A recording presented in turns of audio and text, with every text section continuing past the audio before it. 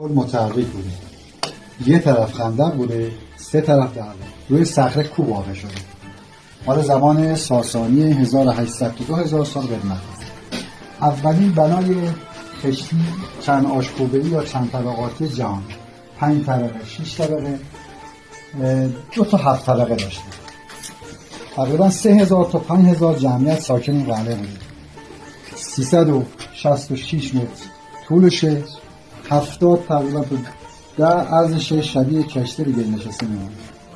حمام داشته، آتشکده بوده که به دوره اسلام تبدیل به مسجد میشه.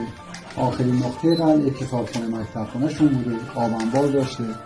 این قفل‌ها که این زیر هست اون زمان حالی دستگاهی بوده که به صورت بازارچه استفاده میشده.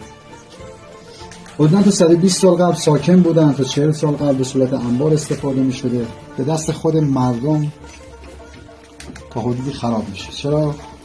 موقعی که امنیت برقرار میشه این تیرچوبی‌ها رو میکشن میبرن اون قسمت پایین، زمان قاجار اون قسمت پایین ساخت و ساز میکنن. به این علت به مرور زمان برف و بارون خراب میشه.